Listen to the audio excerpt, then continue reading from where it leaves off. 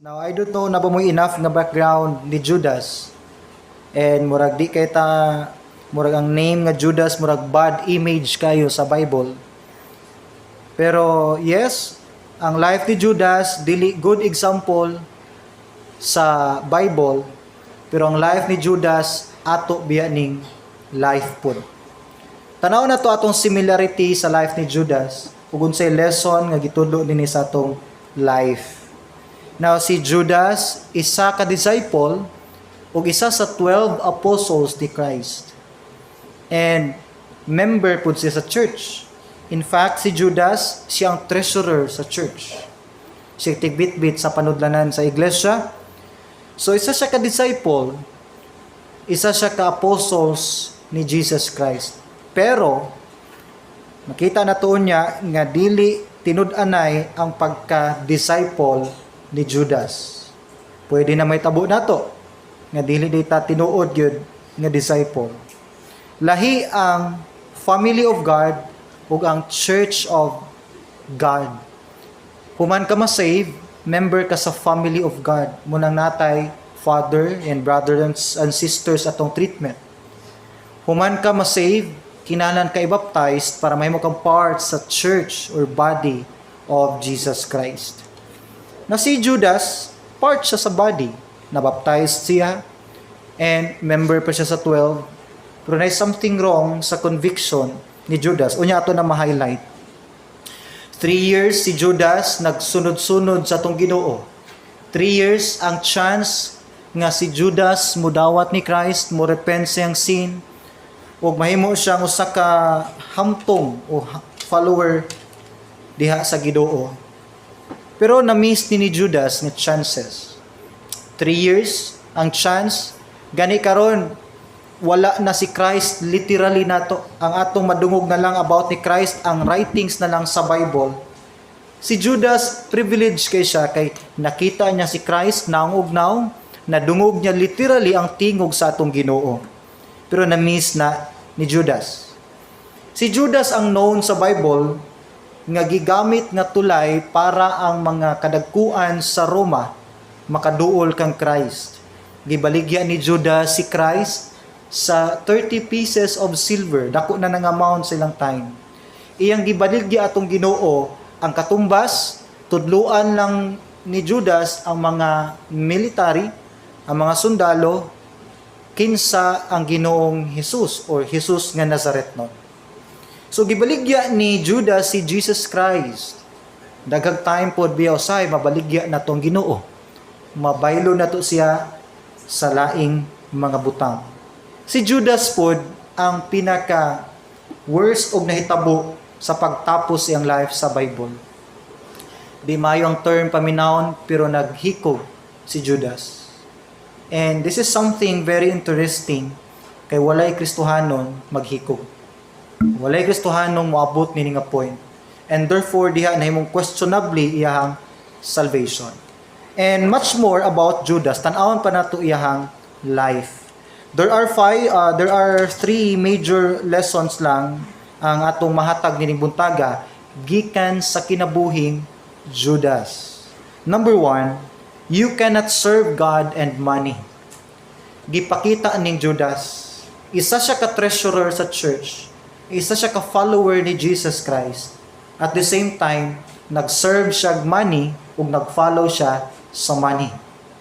Now, sa Matthew 6:24 nga atong verse kay ganiha, atong nabasa, ingon si Christ, you cannot serve God and money. Mammon means money. Dili pwede dungano na siya. Well, ang Ginoo nag-entrust na tug money, pero dili na to himong masters ang money. Dili ta dapat may mong servants or slave sa money. Okay? Now, gawas niya na sa John 12:24 nganong makita na to din nga ni connect pod ang function ni Judas sa church kay siya ka church treasurer. So, si Judas exposed siya sa money. One time si Mara ug si Martha na sila ilahang balay. Nibisita si Christ uban ng mga apostles. And kini si isa sa mga babae, si kung makamuasep si Mary. iyang gibuak iyang alabaster box, iyang perfume, mahalon kay tanan. Iyang gihugas sa tiil sa tong Ginoo. And you know, that time, ang paglimpyo sa tiil sa bisita, isa ni ka hospitable kayo nga way. Ug dili tubig ang gilimpyo niya sa tiil ni Christ, kundi ang perfume nga mahalon. Nakakita si Judas, ingon si Judas, abi nimo babae or sister, ingon nato sa atong modern nga tinawgan. Abi nimo sis, imo pala na ibaligya imong perfume. Unyang halin imong i-offering sa church. Dako pa kag matabangan. Gibadlong siya ni Jesus Christ dayon. Kaya di niya i-judge ang heart sa babae. Pero ang point din ni Judas, nga nasa'y interest sa money. And you know what? Makita na to din gani ang nahagbaan ni Judas is issue sa money. Nganong iyang gibetray si Christ, nasilaw siya sa kwarta. And you know, dili biya ni issue lang sa pobre or dato or middle. Daghang mga dato nga nasilaw sa kwarta, daghang mga kabus nga nasilaw sa kwarta, daghang mga middle class nga masilaw sa kwarta. And ang kwarta isa ni ka bantayanan king butang kay mao ni ang kasagaran kahagbaan biya sa mga leaders. Bisan sa secular nga mga leaders, sa government, sa isa ka institution, even sa mga spiritual churches, religious groups, money ang kasagaran kahagbaan. And this time si Judas nahagba gid siya. Gani ingon ang Bible sa 1 Timothy 6:10, the love of money is the root of all evil. The love of money. Dili sala ang pagkupot og kwarta, ang pag-save og kwarta, ang pagpangita og kwarta. Pero mahimo ning sala if ang kwarta ato nang higugmaon labaw pa sa Dios. Kay once ilove na sa tao ang kwarta labaw pa sa Dios, dali na kayo ibaylo sa tao ang ubang butang nga iya sa Ginoo sa pag-priority sa kwarta.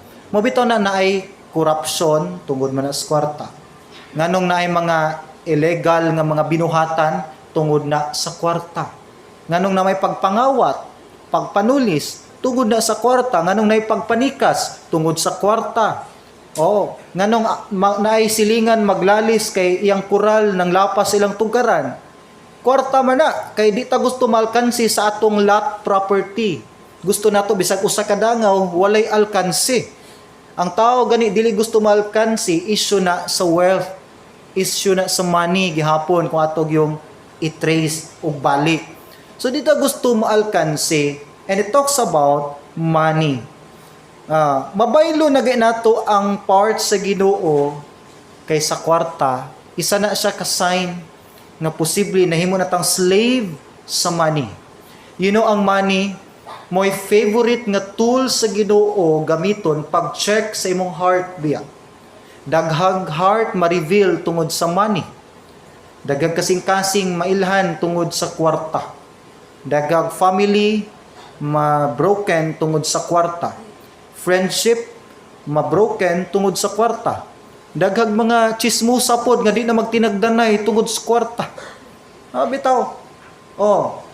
And isa ni sa mga pinaka common nga ginastoryaan sa tong society, kwarta.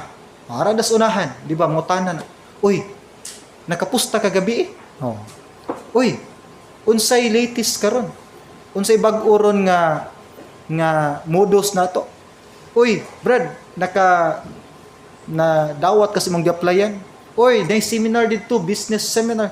Ang tanan, nag-istorya mahitungod sa kwarta. So, ang kwarta mo'y favorite nga tool gamiton sa Ginoo pag-test sa tong heart. Again, way problema ang kwarta, ang paghigugma sa kwarta mo'y problema. Tanawa dinhi ang Mark chapter 8, verse 36. Sa Mark 8:36, makita nato dinhi ang paghatag natong pagpakabana sa atong kalag kaysa kwarta. For what shall it profit a man if he shall gain the whole world and lose his own soul? Kabalo ba ka ang imong kalag dili kaya paliton og kwarta? ang imong kalag. Ingon si Christ, imo na ang tanang kwarta sa kalibutan. Okay. Pasabuti nga bisan pag ibaligya ang tibok kalibutan, ang halin dili enough nga ipalit sa usa ka buok kalag sa tao. Kay ang kalag sa tao priceless, wala ni katumbas nga kwarta. And kabalo ba ta nga ginakuha ni Satan atong kalag sa pag-offer og kwarta? Yes, si Christ sadyang nag-fasting siya for 40 days and 40 nights, nasa sa babaw sa bukid. Ingon dayon si Judas, nakita nimo ng city sa Jerusalem, ihatag na ko na nimong city, basta muluhod og musimba kanako. First thing, si Satan mo offer pod. Second, worldly things ra gid iyang ma-offer, material things. So dili tanang worldly opportunities, material opportunities gikan sa Ginoo. I-double check gid nato. Pero nanay kapalit, ingon si Satan, luhod og simba nako. Mabito na mga issues sa mga Hollywood celebrities, international celebrities, nga ilang gibaligya daw ilang kalag sa dautan, ang kapalit pasikaton sila sa ilang career, padatuon sila sa ilang business, palambuon ang ilang influence o ilang kasikat sa mga celebrities. And yes, probably tinuod na siya. Nag-offer si Satan sa pleasure sa kalibutan, kapalit mahimo na kaniyang slave.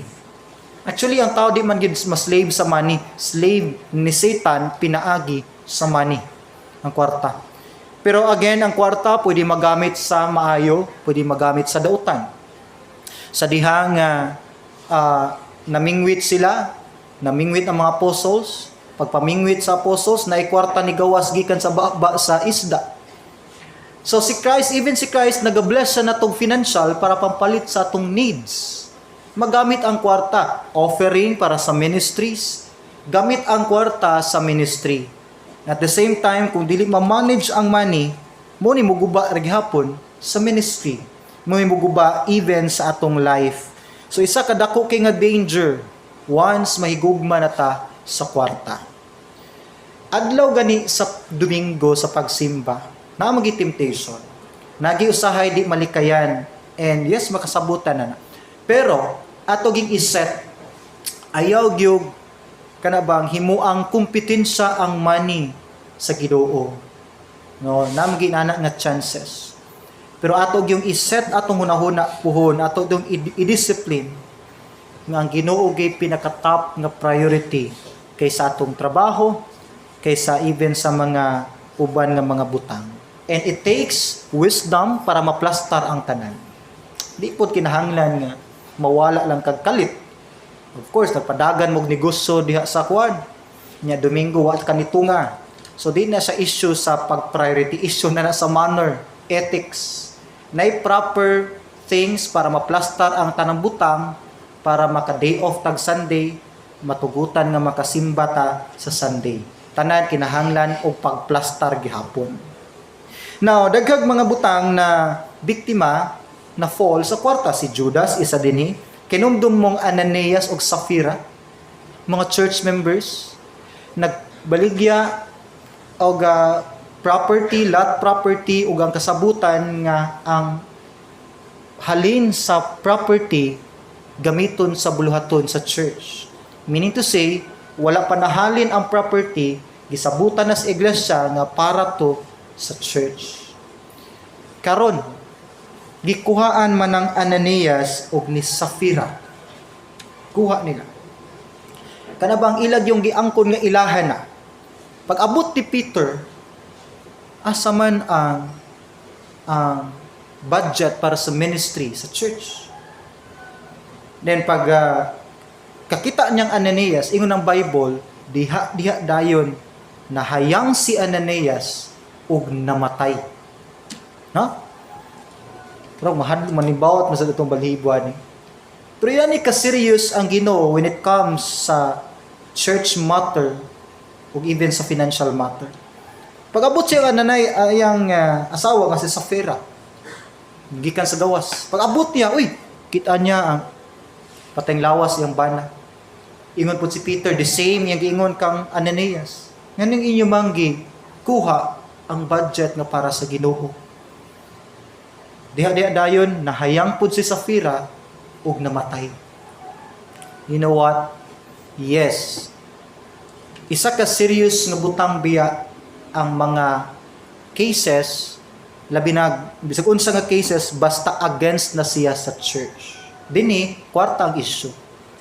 Ang church na ay church nga gitawag church discipline. Hadlo kayo once ang church na mo'y at bangon sa usa ka magtotoo. Ang authority biya ni Christ nasa church. Wala sa deacon, wala sa pastor, wala sa few members, naa sa majority sa congregation. And you know what? Once ma-violate sa tao or believer ang butang nga iya sa Ginoo, isa na kaseryoso kay nga butang. Muna nga mangita tagway nga dili na to masupak ang part or authority sa church. And part na sa mga leader. You know what? Me as a leader, risky kayo ang part sa mga leaders. Yes. Gamayng sipyat sa mga leader. Masipyat ganang leader sa issue sa kwarta. Mabitaw na nga,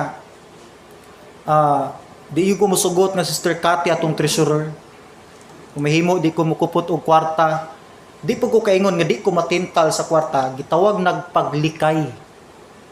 Oh.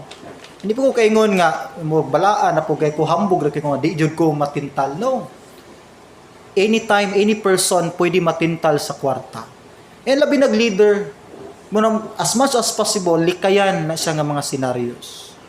And dini nga part, yes, financial ang nabagsakan ni Safira o ni Ananias. Si Akan, hinumdum mo Akan sa Old Testament. Gi-capture nila ang isa ka city, kuya kay mga Israelite before sa gahom sa Ginoo na-conquer nila ang isa ka city. Pero ingon ang Ginoo, inikadaog ninyo sa away, ayaw ninyo kuhaa ang mga bulawan, silver or mga bahandi. Mao man na ilang kwarta sa una. Ayaw nyo tagui. Tanan sunuga. Ingon ang Ginoo, di ko gusto kwarta nga gikan sa dautan. Ay si Akan kay sikreto man. Namunit man siya dito gold, silver. And sa iyang camp, sa iyang tent, gitago niya sa ilalom sa iyang tent ang mga gold. Kaya balo mo ingon ang Bible, na cursed ang entire Israel. Daghan kay sila sakit-sakit. Daghan kay mga kanang termino pas kalibutan, gimalas-malas. Pero di na malas sa tua ang ginuugi ni action anak. So nay daghang di may nahitabo. Ingon din si Moses, ngano man ni? Unsa maginitabo na to? Nganong di man ka work ang blessing sa Ginoo sa Israel? And ni-confess si Akan. Yun siya, Sir, pasaylo ako. Na-violate na ko ang command sa Ginoo. Natintal ko sa kwarta. So, gi-confess ni Akan, gikuha niya pag-abli sa tent, daghan king mga gold dito nga nakitaan, mga kwarta. O dito ni balik ang blessing sa Ginoo sa yuta sa Israel. Daghan kayong issue. So, yes, sultiante ka, once nanay laing mo occupy sa tong heart, labi na ang money, mapikto gyud even sa tong family, sa church, sa imuhang mga group of friends, ug sa imong entire life. Mapikto gyud siya. So you cannot serve God and money. Ayog dungana ang duha. Kay ung imong dunganon naagid kay isa nga gi-priority. Di tinuod nga duha. Unaha ang Ginoo and then mo follow lang ang money. Amen. Number 2, lesson sa life ni Judas. God gives us a chance to repent. Gitagaan ta sa Ginoo chance gihapon nga makapaghinulsol. Bisan tud si Judas makasasala man gid siya. Dili maayo apostle siya nya inani iyang gibuhat no. And di pagid may gitapos pagid iyang life. Lain kayo hunahunahon. Apostle ni Christ naghikog. Di ba kalayan paminaon? And sa ilang time, mo ano sila awan nang sumusunod ni Kristo. Naghimo man lagyan ng butanga. Abi nako ingon ninyo inyong Ginoo maayo. Inyong Ginoo mo comfort, inyong Ginoo mo tabang sa mga anak. kanang Judas. Nagtapos man lagi siyang kinabuhi. And you know what? Bobe na may tabo na to. I don't know kung nag-experience naman. No, Kristohanon man ka mo. Lisod man lagi mo. Kristohanon man ka mo. Nasakit man lagi yung bata. O, si mag-ingon nga, Ginoo niyo maayo. Ngano lagi nga, walay trabaho yung bana, walay trabaho yung mga asawa. Di ba na nga klaseng nga storya? Eh, common na sa mga Kristohanan. Pero lahi ning case ni Judas. Makita na tuon niya, nganong walay epekto ang promise sa Ginoo sa iyang life. Pero bisan sa mga Christians nga tinuod yung magtotoo sa Ginoo, normal ang criticism, normal ang rejection, normal gyud ang persecution. Part gina sa atong paglugtad isip mga Christians. Abi ninyo, bisan si Judas makasasala, gitagaan gyapon siya chance sa Ginoong maghinulsol. 3 years, taas na ng 3 years. Gitudluan sa mayo ni Kristo. Gipakita ni Kristo unsay power ni Christ para ang kasing-kasing ni Judas ma-divert gikan sa kwarta ngadto na kang Christ. Kay wrong intention man ang pag-follow ni Judas god. Ang kwarta may yang giapas, dili man si Kristo. One time, gi-reveal ni Christ ang heart ni Judas atubangan sa mga apostles. Tanawa. Matthew 26:25-26. Mao ni ang time nga nanihapon sila or ang katapusang panihapon ni Christ, kuyog ang mga apostles. Sadang nanihapon sila atubangan atbang ni Kristo sa pagpangaon si Judas. Sa verse 25, ingon dinhi ang Ginoo, ingon din si Judas. Then Judas, which betrayed him, answered and said, Master, is it I? Kung basahon ni verse 24, nangaon sila, wa maslit table sa ilang custom, nagyaka sila na ay mat sa salog, nangaon sila bread, ug na wine. And ingon si Christ, isa ninyo mo traidor nako. Abot pud si Judas, ngano nangutana pud siya, ako ba to Ginoo? Kung ikaw si Judas, magilom-hilom na lang ko. Kung alanganin ko basi mailhan ni ako da, di na ko mutingog. Ingon si Christ, isa ninyo mo traidor nako. Ingon pud si Judas, Ginoo, kinsa man ang tawhana, ako ba na? And sa verse 25, ingon si Kristo, ikaw. Di nitanggam, pirting ka-revealed noon. And sa verse 26, and as they were eating, Jesus took bread and blessed it. Verse na dapat is 24-25. Sorry. So, na-reveal ang heart ni Judas. Kung ikaw si Judas, unsay mong buhaton? Ingnon kang Kristo. Ikaw ang mo traidor nako. Unsa kay feeling ni Judas aning time nang luspad ba siya? Or ni smile ba siya? O niingon ba siya, ka-joker gid ni Jesus Christ, oy. Pero isa ni ka chance biya nga si Judas mo repent. Siguro sa ato to nahitabo, pwede na to hunaon na ulawa biya ani, oy. 3 years ko kuy sa Ginoo niya, traidoron ako ang Ginoo. Yan nakadungog si Pedro, kadungog si Matthew, si John, si Luke, si Andrew, si James, nakadungog. La ikaw di das? Judas juga das da? Imo ding traidoron ang Ginoo. And din isa ni ka-chance si Judas, Lord, pasayloa gyud ko, Lord. Kung na ako'y heart, dengin ana Ginoo, pasayloa ako, isa ni ka-chance ni Judas nga magrepent. Pero ingon ang Bible, wa gyud naghinulsol si Judas. Gani human ani ilang panihapon, nilakaw siya, miadto siya sa kadagkuan, ug mingon siya, okay, tagay ko 30 pieces of silver, itug-an ako ninyo, kinsa ang Kristo. No.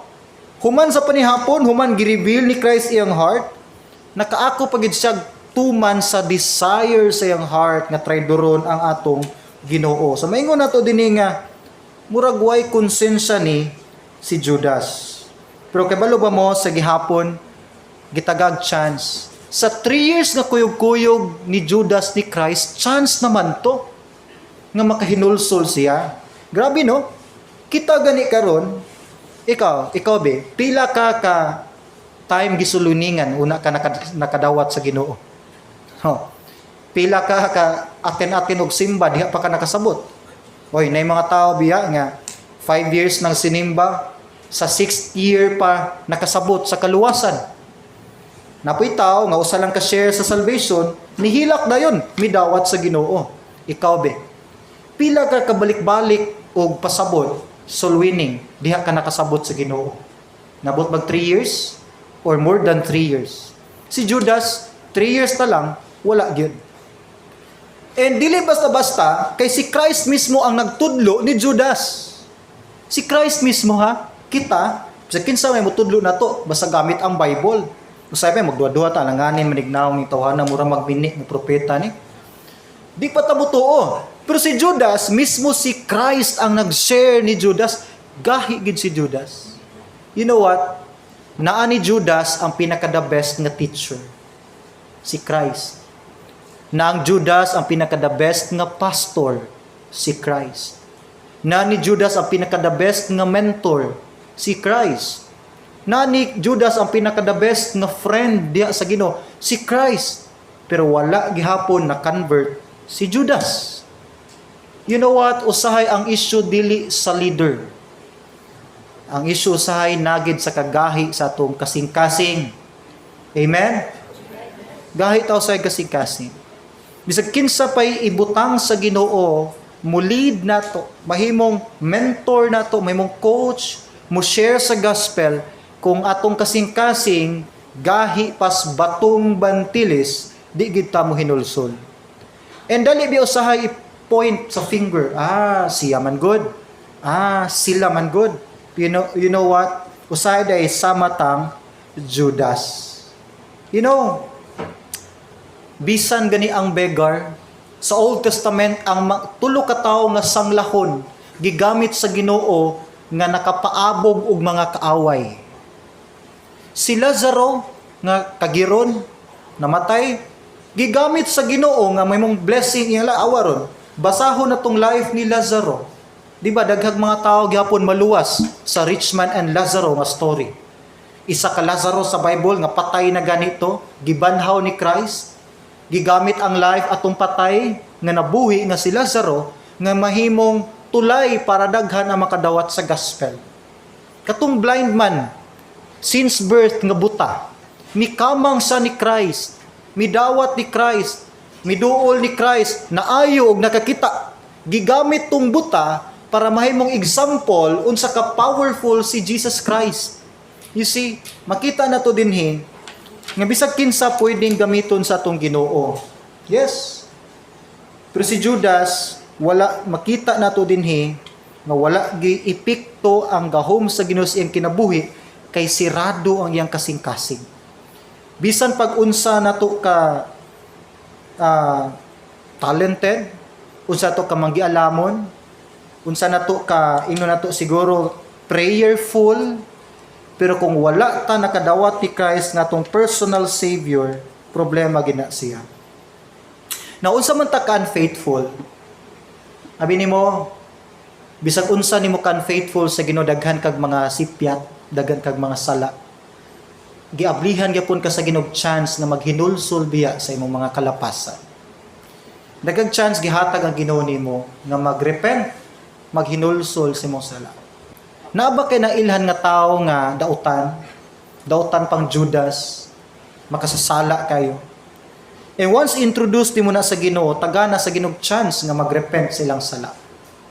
Si Matthew gihatod ni Andrew kang Christ, naluwas na apostol pa. Si Nathaniel gihatod ni Philip kang Christ, naluwas po.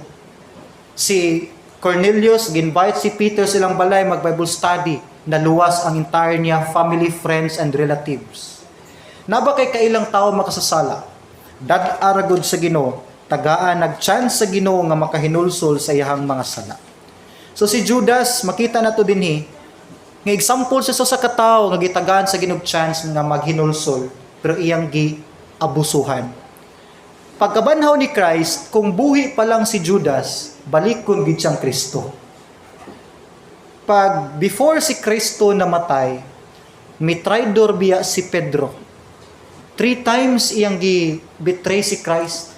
Ingon siya sa mga tao, wa ko kailanang tawhana. Dili na ko na master. Di mi igunsa na. Gi-betray niya si Christ 3 times. Pagkabanhaw ni Christ, gibalikan ni Jesus Christ si Peter nga mo'y nagtraidor niya. Right? Iyang gibalikan, gitaganyag second chance si Peter nga ma-reconcile sa Ginoo. Pero pag tan-aw ni Christ nga wala naman si Judas, iya na magitapos iyang life, wala na niya natagag chance si Judas. So again, ang chance sa Ginoo valuable kayo. Dili sa tanang higayon i-extend niya ang kamot sa imong life, sa imong family. Pero na time yan ning i-withdraw. Nga bisag unsaon yung pangita sa iyang kamot, wala na kay makit-an. Munang if ma-feel pa nato nga gitawag ta sa Ginoo para maghinulsol sa tong sala, i-grab ng opportunity kay basig mao na ang last chance nga gihatag sa Ginoo nimo. Number 3 ug katapusan nga lesson sa life ni Judas. Being in the church is not a guarantee of salvation. Ang pagpuyo ug ang pagdako ug pag-involve sa church dili ni garantiya nga usa na kakaluwas nga magtutuo sa ato ang Ginoo. Yes, I am convinced, or maingon nato nga based sa mga proofs sa Bible verses o testimonies, makita nato nga si Judas dako gyud chance nga dili siya saved, dili siya anak sa Ginoo. Pwede ba din na pastor, apostle ka nya di ka saved? Yes. Tungod kay ang pagka-member sa church dili man mao'y pamaagi para ka ma-save. Ug nagtuko nga gitugot ni sa Ginoo nga mahimong part ni isulat sa Bible ang life ni Judas para pagtulunan nato nga dili tanang pagpabahin nato sa church o sa iglesia makaluwas. Dili tanang part sa church luwas. Hopefully, tanan tang part sa Mactan MBC, luwas. Amen? Amen? Ang point lang din is, dili ang church membership mao'y makaluwas. Dili sama sa storya sa uban. Dili. Si Judas, part sa apostleship. Si Judas, gibaptized. Si Judas, treasurer sa church. Napagid siya katungdanan sa church. Pero at the end, di ay tanaw ni mo iyang life, dili siya saved. First proof na to, Luke 22 verse 3. Si Christ mingon din hikang Judas, nga si Satan misulod sa iyahang kasing-kasing o kinabuhi. Luke 22:3. Then entered Satan into Judas, surnamed Iscariot, being one of the 12. So misulod si Satan kang Judas. Abi nimo ang anak sa Ginoo dili na biya ta masudlan pag or ma-possess pa og demons. Munay guarantee nga gihatag sa Ginoo nato. Tanang anak sa Ginoo o sa Dios gipuy-an ta sa Holy Spirit. So nay Holy Spirit sa matag anak sa Ginoo, bitaw na nga duna na kausaban ang tanang anak sa Ginoo na nay kabag-uhan kay ang Holy Spirit mo ni puyo nato. O kay naa na sa atong life, dili na pasudlo niya ang dautan pang elemento nato. Pero kini nga verse ingon din nga si Satan misulod sa kasing-kasing ni Judas. Proof nga dili gid siya saved, dili gid siya tinud-anay nga magtutuo sa atong Ginoo. Paglimpyo ni Christ sa tiil sa mga apostles, ningon si Judas, ingon din si Pedro, Ginoo, nganong gilimpyuhan man ko nimo tubig? Ingon si Christ, kinahanglan mo malimpyuhan para makasulod mo sa gingarian sa langit. Ingon ni Pedro, Ginoo, bas ag-apil akong ulo. Limpyuhin na lang ko tanan. Ingon si Christ, di na kinahanglan. O, masabtan na to dito nga dito literal nga paglimpyo. Paglimpyo lang sa tiil, it means mo to'y custom nila pagpakita og hospitality. Ingon din si Kristo, kamo nalimpyuhan na mo sa gahom sa Dios. Pero isa ninyo wala pa nalimpyuhan or wala nalimpyuhan. And iyang gi-point out dito si Judas. Si Judas gisulti mismo ni Christ nga siya mismo wala pa nalimpyuhan gyud sa dugo ni Jesus. Meaning wala pa gid siya na convert diha kang Kristo. Now, gawas pa na sa Mark 14:21. Mao ni pinaka-crucial nga verse, pinakasakit nga verse sukad nga madungog ni Judas. Ingon dinhi si Christ, nag-ingon siya kang Judas, the Son of Man indeed goeth as it is written of him, Woe to that man by whom the Son of Man is betrayed. Good were it for that man if he had not been born. Ingon si Christ, katong tao nga mutraidor nako, si Judas ang gipasabot. Ingon siya, may pagwala siya gipakataw. Kaya ang point din ni Christ, dili tungod kay may pagwala ka gipakataw, kay mo kong traidor. No. Ang point din ni Christ, it means, isa ni ka pamatuod nga wa gyud na luwas ning tawhana. Tinod bitaw, kung ang tao kay balo lang nga may impierno lang siya, nay pagwa na lang sa gipakatao. Kaysa mag-enjoy tag pila ka years sa yuta ni impierno ta forever, sakit gihapon kaayo. And din si Judas, makita na to dinhi, nga wa gyud siya na born again. Walay conversion sa iyang heart. Sunod-sunod siyang Christ, nag-take siya Lord's Supper, nabaptize siyang John the Baptist, treasurer siya sa church, nag-soul winning pa ni sila, nagkuyog-kuyog pa ni sila sa ministry, pero wala pa di ay siya'y relasyon ni Christ. Pwede ba ni may tabo, pastor? Yes, example din ni si Judas. Muna bito i-check gid nato atong salvation. Kay dili gid guarantee ang atong pag-attend sa church. Di gid guarantee ang atong pagpa-member, pagpa-baptize nga save na ta. And one day ma-reveal gid gihapon puhon ang ato ang identity nigbalik ni Christ. Ug ang worst thing, putol ni Judas iyang kinabuhi. Naghikog si Judas, walay Kristohanong muhimo ni anak. Tinangga sa Ginoo yang anak. Di niya tugutan mo abuta sa pinaka-lowest situation sa tong life. I-rescue gid ta sa Ginoo. Di niya pasagdan nga malubong atong kinabuhi diha sa kawadon. Tabangan gyud ta sa amahan kay saad niya nas iyang mga anak. So this time, sa matang Judas, dili man siguro kwarta lang, daghang bahin gibaligya nato atong Ginoo. Unsang butanga kaha nabaylo natong Ginoo. Siguro maingon ta, grabe ni Judas no? Pero bata kabalo, mas worst patang Judas. Imo na bang na-check imong salvation? Na ba si Christ imong life? Makatestify ba ka nga Pastor John, si Christ na nasa kong life? Proof gani Pastor John, hinay-hinay na kong nabag-o. Kaya kung walay changes imong life, basin sama kang Judas. And you know what, kabalota, unsa ka worst na siya nga situation. I don't know sa nitabo karon sa imong life, pero samang Judas, gitagaan ka sa Ginoo chance, magrepent, hinulsuli imong sala, duol sa Ginoo. Basin pila na ta ka years nag-serve niya, niyo pa ditay relasyon ni Christ. I've heard some pastors, nemo silang preacher sa gospel for 20 years ang uban. Ang uban 8 years, ang uban 4 years. Then one time nag-attend sila conference, ang preacher misagit kinsay gustong modawat sa Ginoo. Basin ang manifestation ng gituhan nga anak ka sa Ginoo mini. Kay kung tan-awon lang nato ang life ni Judas, mura gid siya save.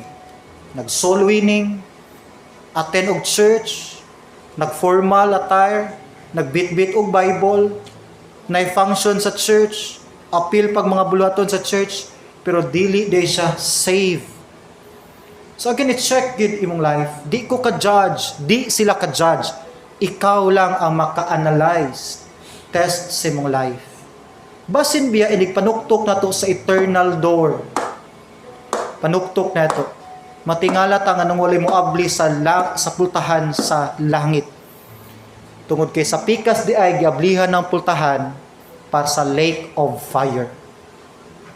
Perti nimong hila kay di ka didto pero wa kay lang chance kinahanglan nakabirahon sa anghel.